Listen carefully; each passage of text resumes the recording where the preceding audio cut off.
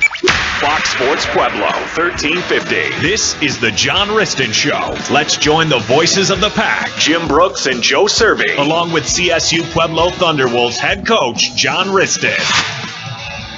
And good evening, everybody. Welcome to ThunderZone Pizza and Tap House. It is the Car Pros John Wristen Show. Sure, give the coach a big hand. Yeah.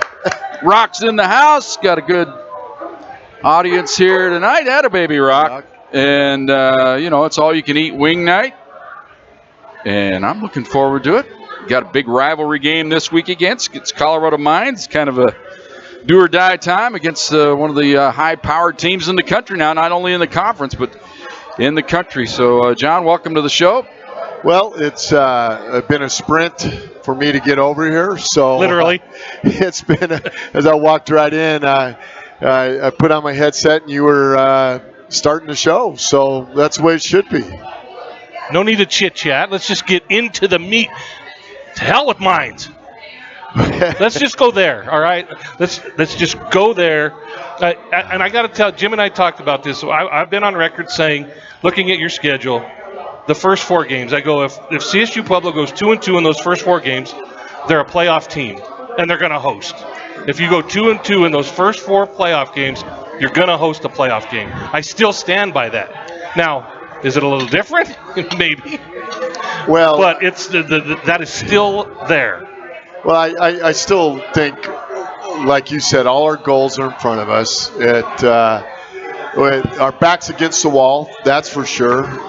We got a sense of urgency that we got to play with, and we got to do it with the league champ. And why not? Why not us to be able to go have a chance to go compete against one of the premier programs and the semifinal team last year that has everybody returning, and we're approaching that way, and we can't wait to go play at high noon. All right, looks like it's going to be a big one. And let's talk about last week against Western Colorado. John, it's almost the same script as the week before. Some missed opportunities early on in this game. You're on their side of the 50. Your first 5 possessions only come away with the field goal and the touchdown, which was a brilliant play on 3rd and goal from the 18. Good thing we got that touchdown, or it might have been one of those 1-for-5 things, only getting a field goal. It was really tough there. I think the tone was set when you got the false start penalty, wasn't it? You're on the 1-yard line, and looks like you go up 7-0, first drive of the game, get that false start penalty. It was kind of a precursor, wasn't it?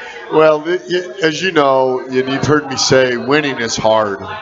Winning is really hard, and it's a game of inches. And we didn't gain those inches. We didn't capitalize on those inches. And so, when in all reality, you look at it, and if and buts were candy and nuts, and all those things were kind of nice. That we had an opportunity to be up 21-0 going into halftime, and our defense was playing well, and our offense held the ball for 21 minutes, and you're kind of in control of what you think the first half should be, and so It got to be, I felt like our kids started pressing a little bit more and felt like they got to go make a play versus keep playing. There's a difference.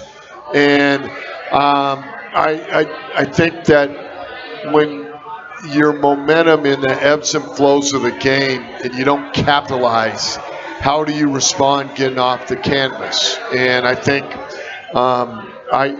I could have done a better job of rallying the troops. I could have done a better job of leading us through that.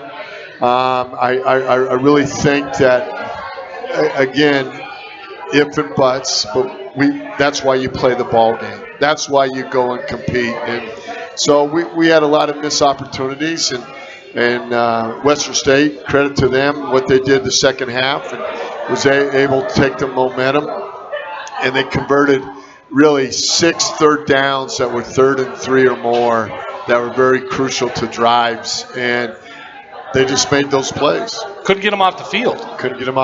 Well, and if imitation is the sincerest form of flattery, Western State in the second half was CSU Pueblo football. Yeah. Running, chewing up the clock, grinding it out, hitting people hard when you're on defense. It was like I was sitting there going, this is the Pack teams from 2013, 14, 15, where they were just laying the wood, running the same 5-6 plays over and over and just chewing yards and clock. I think I would agree 100% with you, and that's respect. And we're just trying to, like I said, I think we were pressing so hard to make a play. I think our kids feel the pressure, and I wish I could just let them go play. And I'm working on it, and so I think that you take the first drive, for example, and Keon has a cut, makes it. We go, okay, let's go rapid fire and get it going again, and we jump off sides, and then we dial up a really great play call. We had to pass and a game of inches where Max Fine is catching every one of those passes, and then it doesn't happen. And I don't have a formula. I don't have a recipe, except you got to go play the game and you got to go compete. You got to go compete at a high level. And, there was times we really did that. There's not too many times you guys called a game where we've held the ball for 21 minutes in the first half, and then it flips the script. It was like the exact opposite. It was a tale of two halves, and so I try to approach it with our coaching staff as positive as possible, with our players as positive as possible, and our backs against the wall for us to play the rest of the season, and that's how I've been taking the approach. Well, you talk about mentality and how fragile it can be if you guys take advantage of those opportunities in the first half. This is the team you were playing that was 0-2. They got it handed to them down at West Texas. They lost a tough game. Doubt would have crept into their mind, but suddenly at halftime, you know what? They're going to the locker room. Hey, we're only down 3. We're just one drive away. Tie this thing up. They get the long field goal from a kicker that was 3 for 8. It couldn't hit the side of a barn last week, and he hits a 52-yarder key kick. So the mentality for them, hey, I think it suddenly they got, like you said, they started to think positive. Thunderwolves were pressing, maybe thinking a little negative. There's no question about all what you just said, but their full team did not play in the first 2 games, and they were saving their guys. Yeah, we noticed that right off the bat. Yeah, I was like, who's that guy? He's not even on the roster. Yeah, I happened to not only have a pencil in my eye after the game, and I just felt as horrible as I felt after any game, and go home, and my lovely wife has it recorded, so I have to watch it again, and I want to go throw up afterwards. And so, and I love this team. I love the kids. They're working their talent out. I just there's that moxie, that resolve, and I don't know if you can just fabricate all that, but I do believe it comes with confidence of making the play. Not just confidence of saying I'm going to make the play, I'm going to make the play. There's a difference. And then you make the play adds to even more confidence, and then you play faster and do those things. I mean, on defense the second half, you really saw some guys that were trying to not be in their gap, and got to be in their gap, and because they were making a play. And it wasn't because of lack of effort. It was because they felt like they had to go make the play. And I think that all comes down. I got to take that pressure off them is what I want to see, and let them go play fast and furious. Well, looking at the way college football is, it's unlike any other sport that we watch. The sense of urgency of the now. I mean, you've got to produce. If you don't, then all the goals at the end. Look at basketball. I mean, you could have a 3 or 4 game losing streak. Your baseball team might get swept in the doubleheader. They can bounce back tomorrow. Football, there aren't a lot of tomorrows, are there? Especially now, even in a game, man. The sense of urgency, it is just that, isn't it? Well, in football, you got 11 opportunities, and you got to be. You've heard me say this many a time. You all got to be perfect in those 11 opportunities.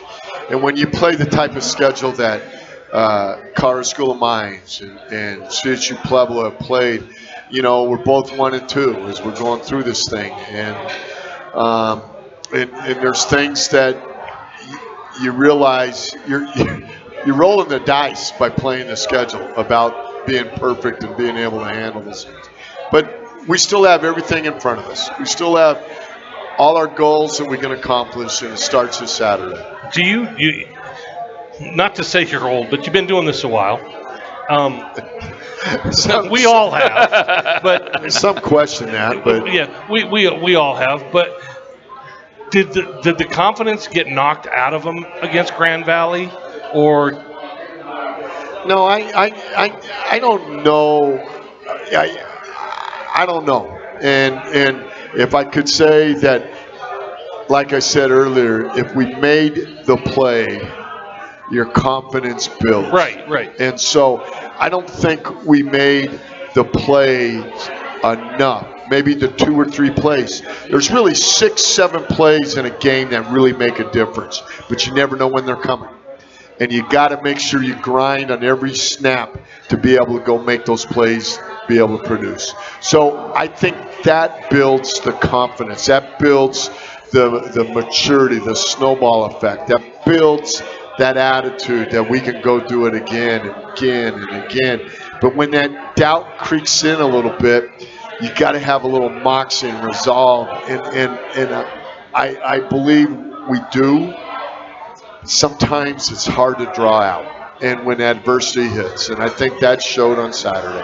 It wasn't because of not of a want to or an effort standpoint. It's just that confidence to take that step, and that's my job as a coach. It's my job as running this program is to try to develop that, and it's a fine line. There's no recipe. You can look on Google about how to do all that. You can't just ask Siri how that's all going to happen, but because you're in a competition. Credit goes to Western State. They came in and did some good things, but our games have always been that type of ball game, and we've been able to figure out how to win because we figured out how to do that step, and they weren't able to do it. So anyway, I that's how I'm approaching it from Saturday to where now is, and how do we go from now to next Saturday?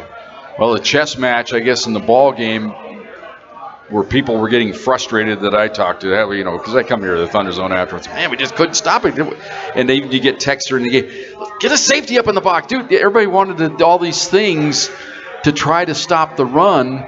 But, man, it's hard to stop a 220-pound back when he falls. It gets 3 or 4 yards. They were constantly in a situation where it was tough on you. When at 3rd and 2, 3rd and 3, how do you defend that? You can't just rush everybody up, then they go over the top of you, which they did for their 1 touchdown. So it was just, you just got to credit. Sometimes their game plan was near letter perfect in that second half. Well, we did make some stops, but on the one drive we didn't. It's just right. the one drive that was. Yeah, because you stopped them from starting the field goal. We stopped them before. Yeah. We stopped them, and so. But that one drive, I think we pressed is where I'm at, and guys were not in the right gap to make it bounce to the safety. Yeah, our safeties were in there, and they'd be able to do it, but your safety is not supposed to fill the A or B gap, and that's where we were getting hurt. And so we were trying to bounce it, and again, I think we just tried to get out of our comfort zone. We try to make the play versus do your job. There's a difference. Do your job the way it's supposed to be done and play your technique the way it's supposed to be. And so those things happen, and that's what happened Saturday. Well, it wasn't like it was 42-0 either. Yeah, it was. All of that took place, and the difference was 1 score. And when you have all those little things and it's that close, they're magnified a little bit. And we're talking a team that is playing with a little confidence. Yeah, playoff team. There wasn't the same 0-2 team that other people saw and the whole bit. But to their credit, their kids play hard. And I knew it, and they didn't beat themselves with turnovers like sometimes we've been able to do. I thought, there were some times in that game where you take that pass interference down their sidelines they call. The same thing happened to Max on that sideline. Right. They didn't call it. Right.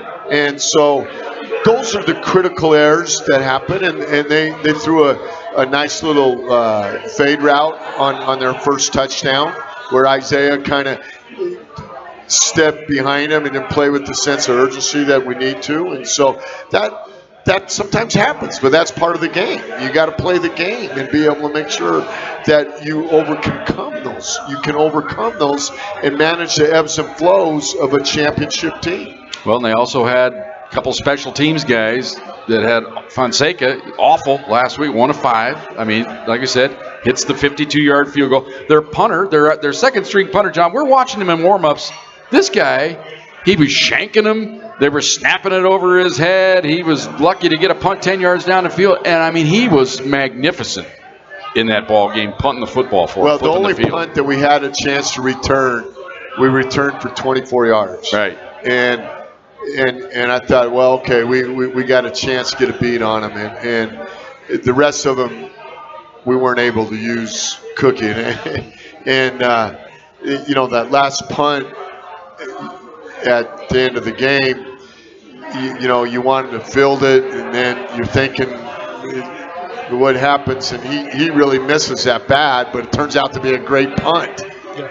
And so, those things are called playing the game. Right.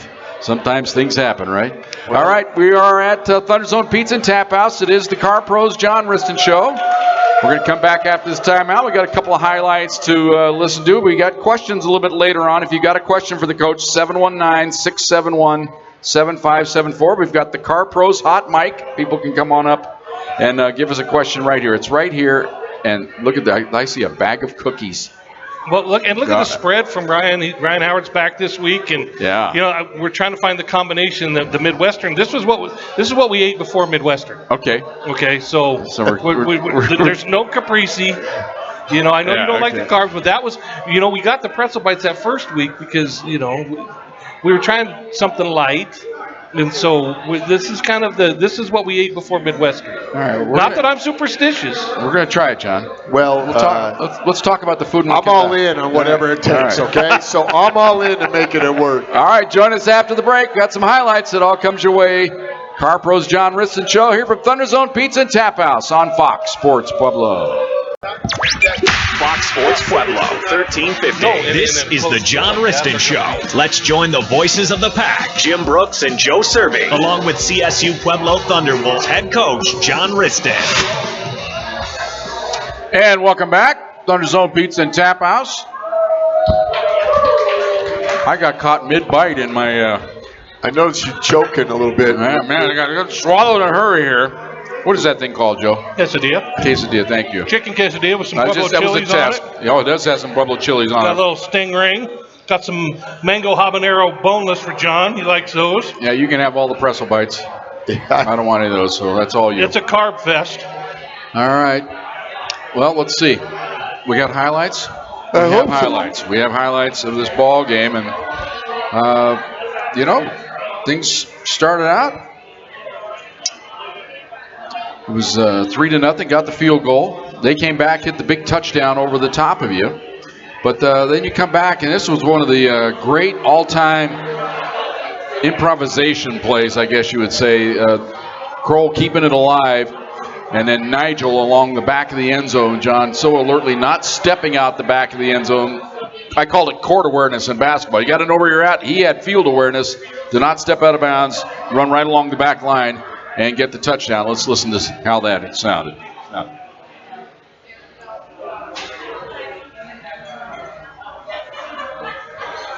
Then maybe not. Maybe not. Kroll takes a lot of time, rolls left, now fires back of the end zone. Mitchell's there, got it, touchdown! Now that smells of pack football right there. The only question for me was, did Nigel Mitchell step out of the back of the end zone? But the back judge there was right on it, did not throw a flag, and Mitchell able to get the score. Yeah, I thought that was huge. I thought for sure, because that happens a lot, John. We see it at all levels. Either, a DB will push him out of the end zone, a guy will just lose focus where they're at. Nigel stayed alive. Yeah, we were down there first and goal, and we had a nice little package with Hunter, our bigger quarterback, that we wanted to try to experiment, been working on it. And so we end up taking a sack, so it ends up being second forever, and then 3rd and 19 is for third and 19 go, right? Perfect down and distance. And so we have a chance to make a play, and we had max protection, and so we had 2-man route. We thought they were going to heat us up. And so Stevie's waiting in, and Nigel sees him, and really their corner kind of drops coverage, so it allows it. But Stevie, that was one heck of a throw, because he had to throw it on the line and over a linebacker, and he threw it in the back of the end zone, and Nigel made a nice catch. So it was really nice to see two guys making a great play. Well, let's talk about, you mentioned the package bringing Hunter into the ball game. What happened there? Just a bad read by, he's got to get rid of the ball, doesn't he? But maybe there's nobody to get rid of it to. What did you see on the film? What happened there? Well, there was a combination that we could have held protection a bit longer, and someone's going to come open, and he tried to hold the ball for that, and that's why we gave up a sack. All right. Now the next play, let's turn it over. You last week said we didn't have any defense, so we got defense here. Late in the first half, they're driving down the field. Looks like they're going to maybe get the tying score, maybe take the lead. I guess it wouldn't have been the tying score. I guess, it would have been the tying score. It was 10-7. So it made it 10-10. Maybe even go into the locker room up 14-10. But the defense comes up with a big play here. Straight drop back by Desch. Here comes middle pressure. They flush him. He gets rid of the pass. He's going for it all. It's up in the air, and it's picked off. Corey McClellan. Ball just hung in the air a little bit too long, and McClellan playing center field over there to make the grab, and the Thunderwolves prevent the Mountaineers from scoring here late in the first half.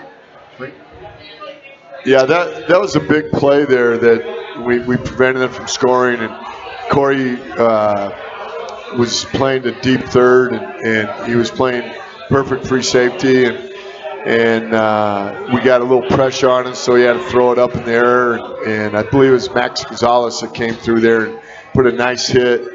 And so when those things happen, you got a chance to really make those type of plays, and that's what. And Corey went up, high pointed it, and made a really outstanding football play. Yeah, I thought the whole key was, like you said, the pressure. I said he knocked the quarterback off his spot. He had to adjust, and then he didn't have his feet under him, it seems like. And that's not able to get enough on that pass. And it was kind of like a team interception. Even though Corey gets the pick, it was the pressure up front that caused it. Yeah, it's 11 guys do your job. And that was a demonstration of being able to do that. Well, that's a safety's dream when you see the ball just kind of hanging there, and they have time to run under it. And that's where you just hope they don't hit each other. In that coverage, right, exactly. Sit up there. Well, we had some coverage. Corey was a corner covering man-to-man, and I think they're trying to double move him a little bit. Corey was able to sit there and see it, and then Isaiah was on the other side of him, and so we had it well defended. Okay, those are our highlights. Let's talk a little bit more about the second half when they, what can I say, Joe? I'll talk to you about it later. But in the second half, that their run game, it's not like it was getting 8 or 9 yards just gashing you. Like you said, you were able to get off the field. It was just that one drive where they were getting in good situations. And then they credit their quarterback. Desch, I thought, played. He was the ultimate game manager in that game, wasn't he? He always made the right decision. Those little passes out in the flat, they were able just to find the right guy when they needed it. Plus, they had the little thunder and lightning package, the little scat bag had come in. He made that one big run where he kind of caught you guys. He dipped inside and got outside. That was the only time he really lost contain, wasn't it, in the ball game? Yeah, that was a big, I believe that was a big 3rd and 4. And he was able to. Again, you're going to get tired in saying, but if we do our job and get in the gaps we're supposed to, be able to spill it. And so I think our guys, again, were pressing to make the play versus do your job. And that's why he was able to do that, and he was able to slide out, and he caught us a little speed running down the sidelines. Let's talk about late in the game. You had a decision to make. We were going back and forth with the do you punt or do you go for it? But the down and distance kind of dictated when there were, I think it was 3 minutes to go. You had 2 timeouts left. 4th and 12. That's a tough nut to crack right there. And if you go for it and don't get it, they're in field goal range already. They could go up by 10. So I thought it was the right move. I'm sure that's what everything was going on in your mind. Why don't you discuss with us exactly what you were thinking right there? Well, all those thoughts, this might be our only chance to go win the ball game. 2, if we don't win the ball game, we'll have no chance to win the ball game, if that makes any sense at all. You didn't know if you were going to get the ball back. Right. Well, in the way they had been able to control the clock, right. I didn't want to do that in that area, and I wanted to kind of flip the field to give us better field position. But it turned out to be worse because of the punt on that and being able to do that. But that was the thought process. And I knew I had 2 timeouts, and I thought we would get the ball back. I believe there was right at 2:57 or something when we made a decision to go ahead and punt. And so when we went ahead and punt, that we executed that, and then we stopped them on the first down. I believe he got 2 yards. We stopped him again on second down, 2 yards, and then you're at the mercy. You're at the mercy of the clock. Timeout earlier in the half. Right. And that's just one of those. That's a maddening play right there. Yeah, and because there's I believe we had it running on offense because the shot clock was running, and I didn't want to go with 3rd and 10. It was 3rd and 5, and we did convert on that, so right. So it worked. Good use of a mulligan. And I think our clock management, a mulligan you have to pay for it. Well, you paid for it. Okay. But those I got free.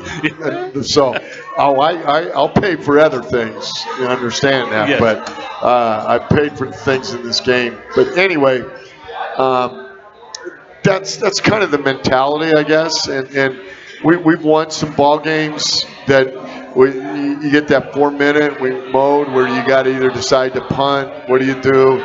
And so when it was 3rd and 12 or 3rd and 14, whatever that situation, it made it tough to go for on 4th down.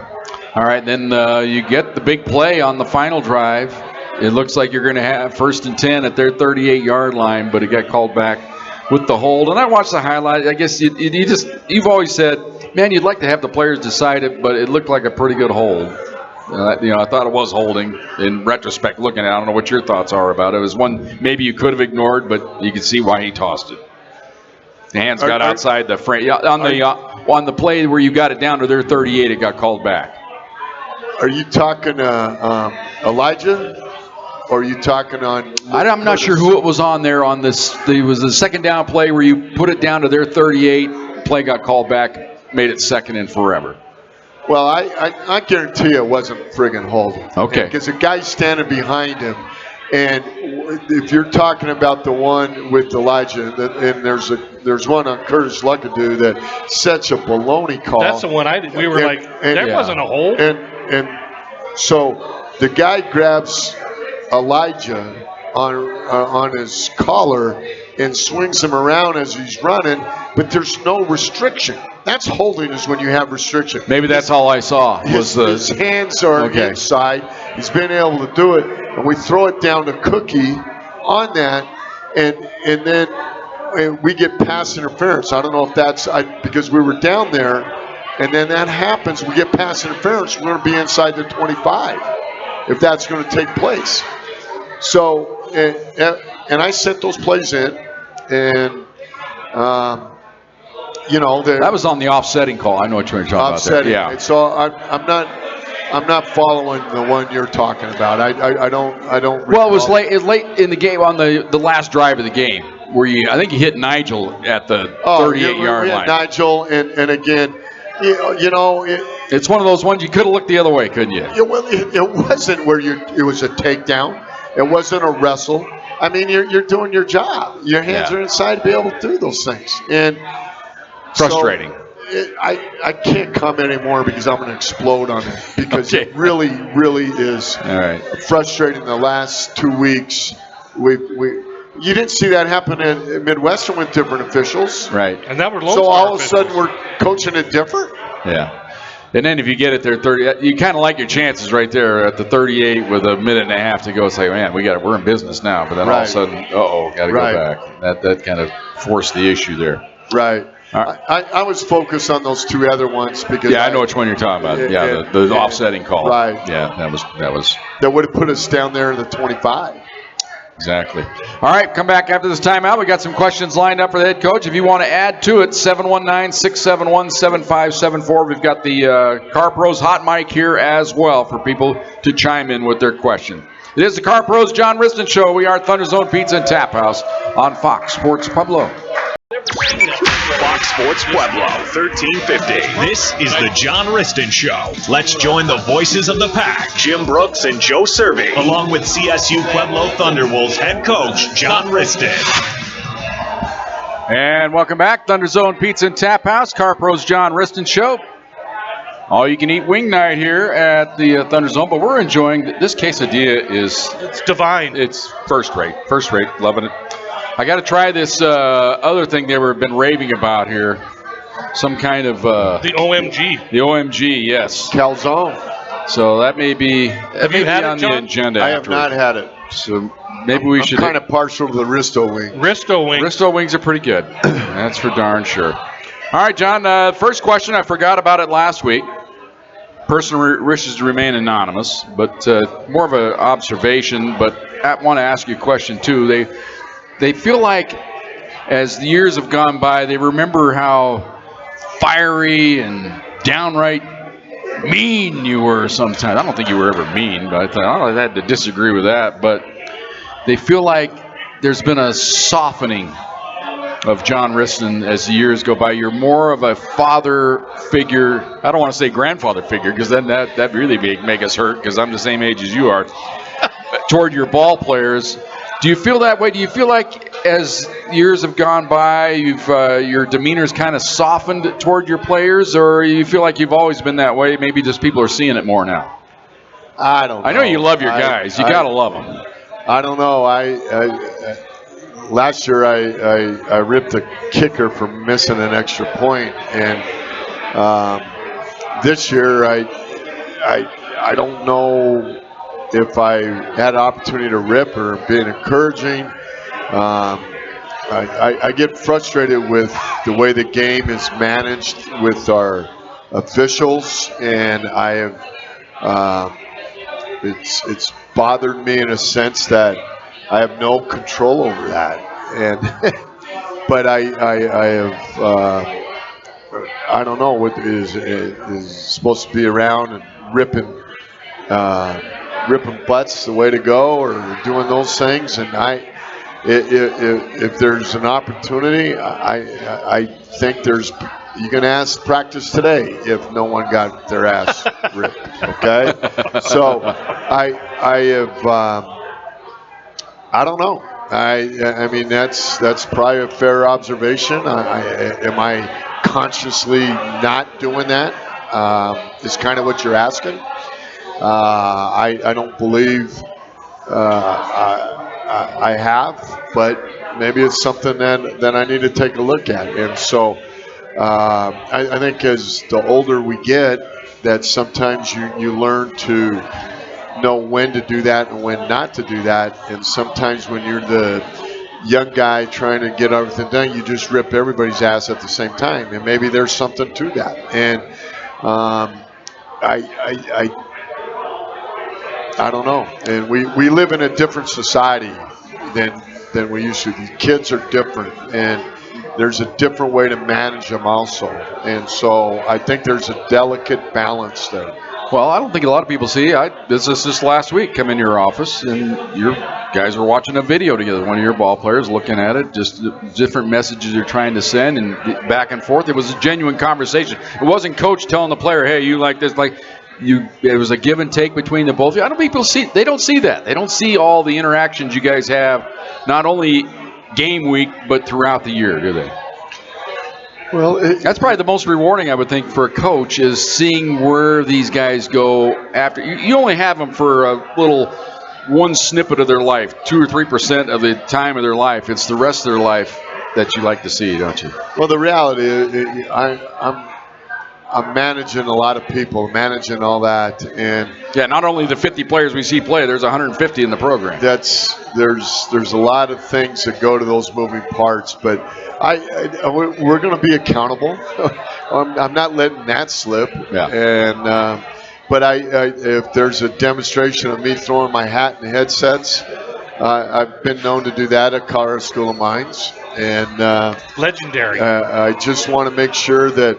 There is. I value that statement, and I am not going to let that slip.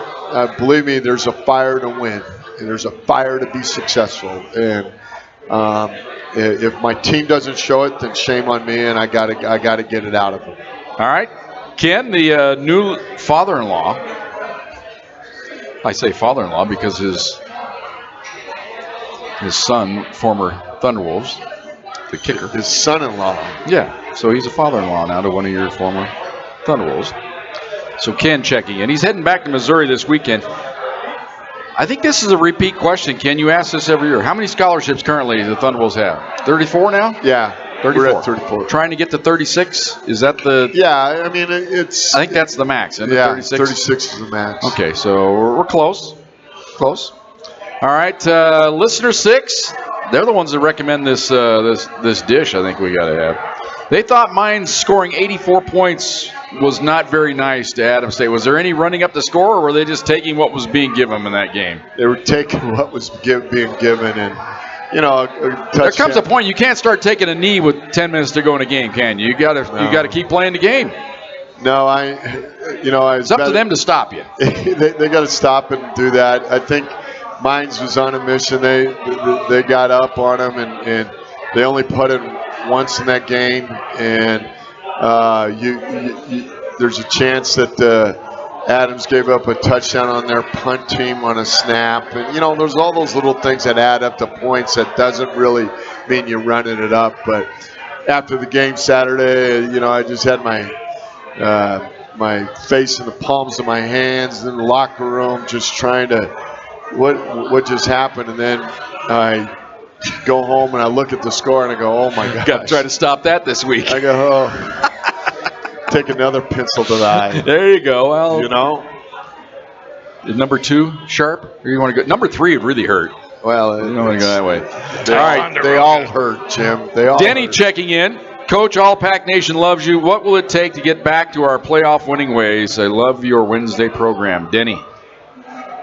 Well, what it's going to take is us doing our job, and that means that we got to play pack football. We got to run and be physical, and we got to make sure that we go back to the formula that's taken. And I think, you look at this, and we all talk about it.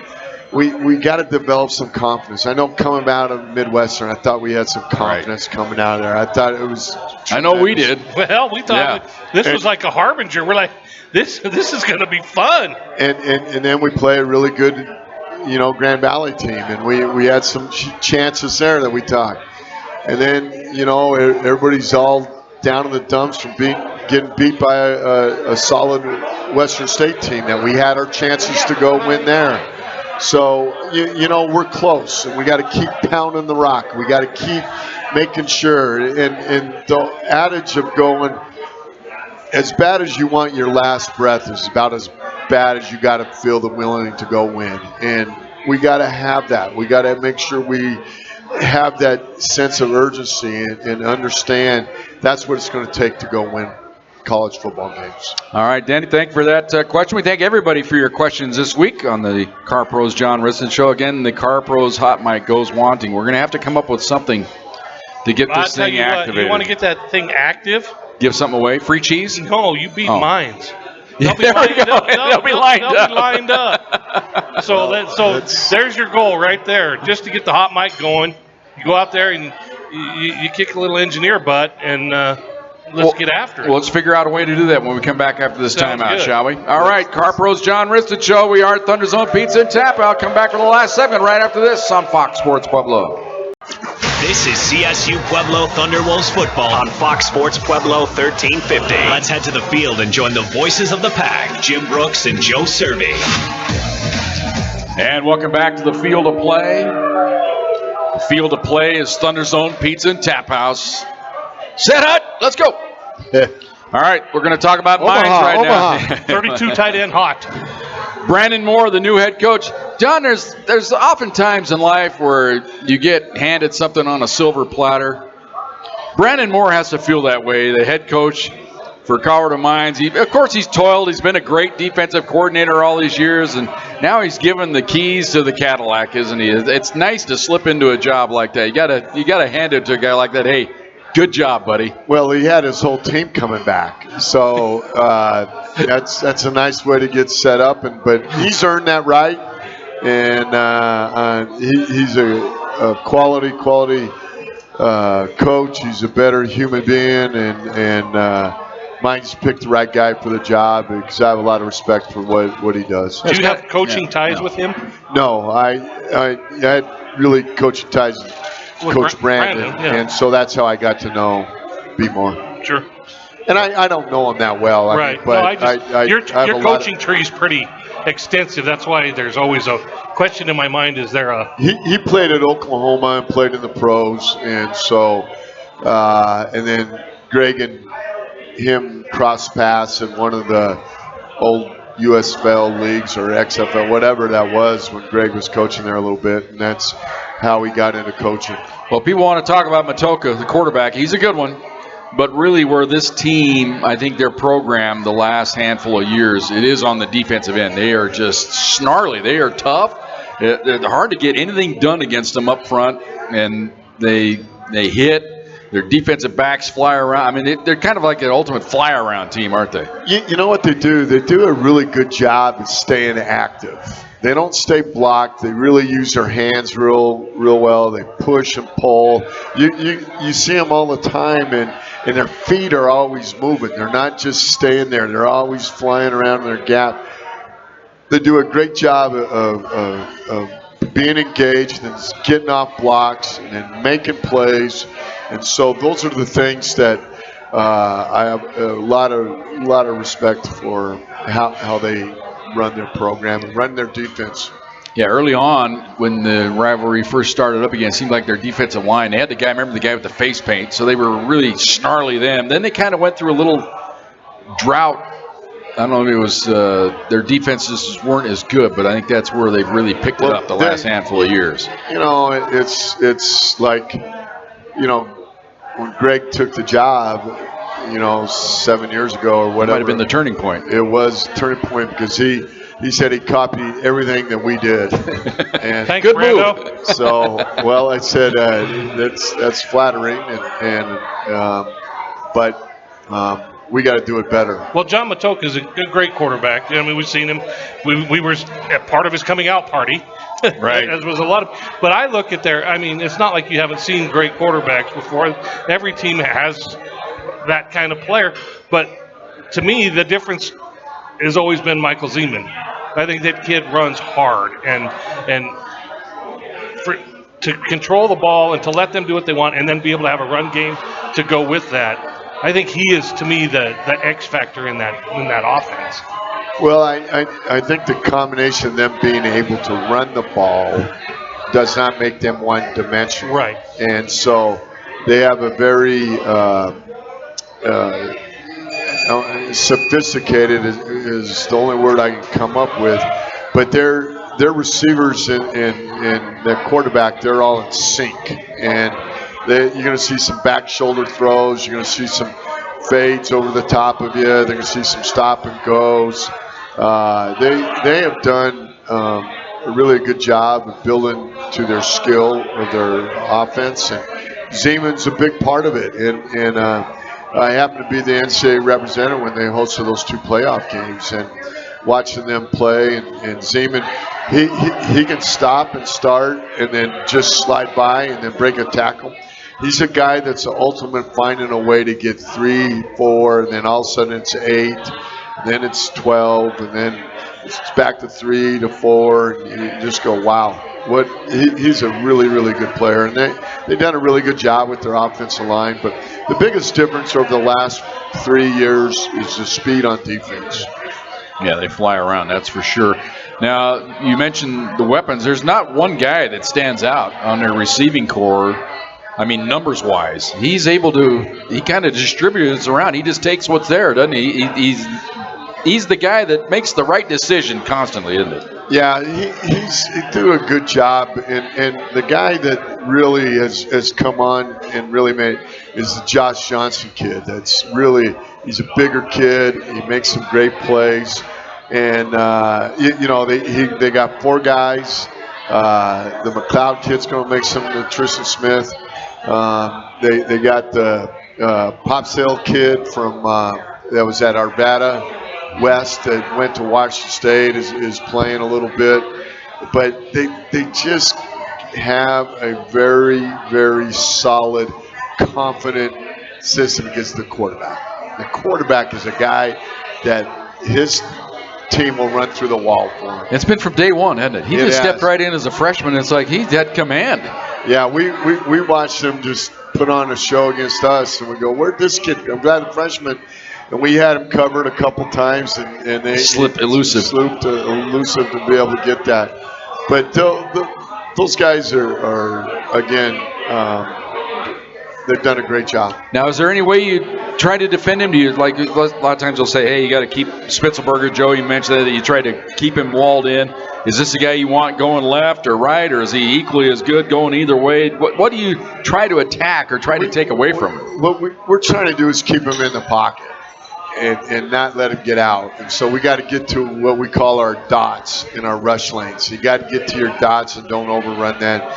And then we got to cover down the field and make sure that we have great coverage, and we got to make a play on that and be able to keep him in the pocket, because when he's in the pocket, last year you look at our game, we did a pretty good job at defending except for 2 plays, a 99-yard bubble, and we're right in there, and that was the first play of the second half that it was a 7-6 ball game, I believe.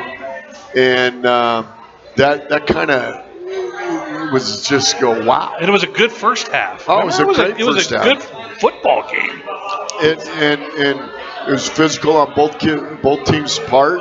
And our kids, we just got to make sure that we go play pack football and worry about us and do our job. All right, we're looking forward to it. We'll have the ball game for you here on Fox Sports Pueblo. It's an early game. You got one more, Joe, real quick. Just got to give a shout out to Brooke Cunningham. Yes. Remember, Katie Cunningham played basketball here. Brooke was her little sister, was a basketball manager. She's having open heart surgery tomorrow. In Denver. So we want to give her the shout out. All right, thanks, Joe. Sorry, I forgot about that. No, Glad you got it in there. All right, once again, it's an early game, 11:30 pregame show, 12 noon, high noon kickoff in Golden. We'll have the ball game for you. There is going to be television, but this is the one, folks, where you got to get the radio and you turn the sound down on the TV, you turn us up if you want to hear us, because they won't be using our call. All right, Joe? It's the old KOA trick. Yeah. Where you turn down and you turn up Bob Martin back when we go to the old days. Still do that with Logan now. Exactly. So that's what you got to do Saturday, 12 o'clock kickoff on Fox Sports Pueblo. Thank Andres Madrid, the sports information guy at CSU Pueblo. Paul Plinsky, the athletic director. Aaron Kinnischtske has been our producer and engineer. Ryan Howard and everybody involved here at ThunderZone Pizza and Tap House. And, of course, the Zanannis at Car Pros. I think I got everybody. My partner is Joe The Cervi. Nardinis. Nardini. Who'd I say? Zanantis. The Oh, my God. Nardinis. Jeez. What am I thinking of Zanannis It's all for? Italians. I know. It's that I thing. We're all Italian. I was just seeing if you were listening. I was listening. All right, I'm glad you are. You're here to correct me. There goes my perfect game in the bottom of the ninth. I lost it 2 outs of the ninth. A little dribbler down your chest. All right, for Joe Cervi, for Aaron Kinnischtske, I'm Jim Brooks. For the head coach, John Wristen. Go Pack. Good night, everybody.